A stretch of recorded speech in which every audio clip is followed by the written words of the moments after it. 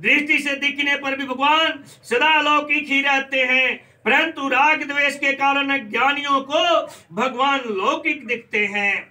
भगवान शांत अथवा उग्र किसी भी रूप में आए उनकी मर्जी है। सुंदर दृश्य हो, पुष्प खिले हो, सुगंध आ रही हो तो वह भी भगवान का रूप है, और मांस हड्डियां मैला पड़ा हो, दुर्गंध आ रही हो तो वह भी भगवान का रूप है। उसको देखकर घृणा नहीं करना चाहिए। भगवान के सिवाय कुछ नहीं है। भगवान ने राम कृष्ण आदि रूप भी धारण किए और मत्स्य कश्यप वराह आदि रूप भी धारण किए। वे कोई भी रूप धारण करें हैं तो भगवान ही। रूप तो भगवान का है और क्रिया उनकी लीला है।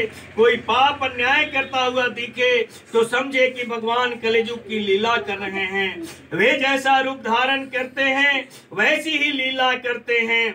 मूर्ति का रूप धारण करके वे मूर्ति की तरह ही अचल रहने की लीला करते हैं।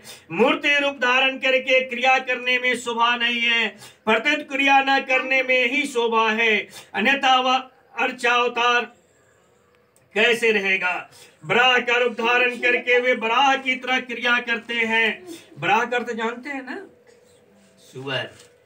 और मत्स्य का रूप जानते हैं ना, मछली। क्रिया करते हैं और मनुष्य का रूप धारण करके वे मनुष्य की तरह क्रिया करते हैं। वो कोई भी रूप धारण करके जैसी क्रिया करें उससे भक्तों के हृदय में कोई विकार नहीं होता, क्योंकि उनकी दृष्टि में एक भगवान के सिवाय और कुछ है ही नहीं, हुआ ही नहीं, होगा ही नहीं, होना संभव ही नहीं है।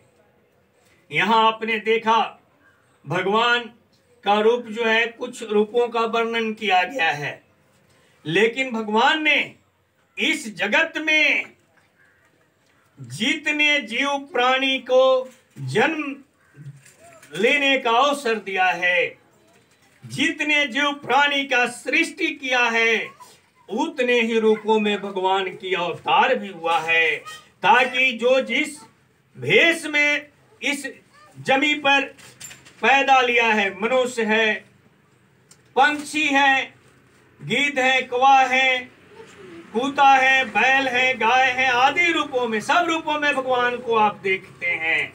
हर रूपों में भगवान की उत्पत्ति हुई है, सब उन्हीं के जीव है। इसलिए किसी भी जीव से आप घृणा न करें।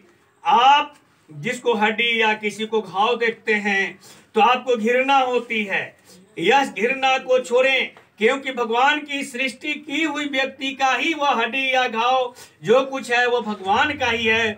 इसलिए उसकी सेवा करनी चाहिए, किसी को जूठा खाना नहीं देनी चाहिए, वह संत हो या कूता हो या पशु पक्षी गाय हो। हमें जो संसार दिखता है यह भगवान का विराट रूप नहीं है, क्योंकि विराट रूप तो दिव्य और अव्यय है, पर दिखने वाला संसार भौतिक और नाशवान है। जैसे हमें भौतिक वृंदावन तो दिखता है पर उसके भीतर का दिव्य वृंदावन नहीं दिखता, ऐसे ही हमें भौतिक विश्व तो दिखता है पर उसके भीतर का दिव्य विश्व नहीं दिखता।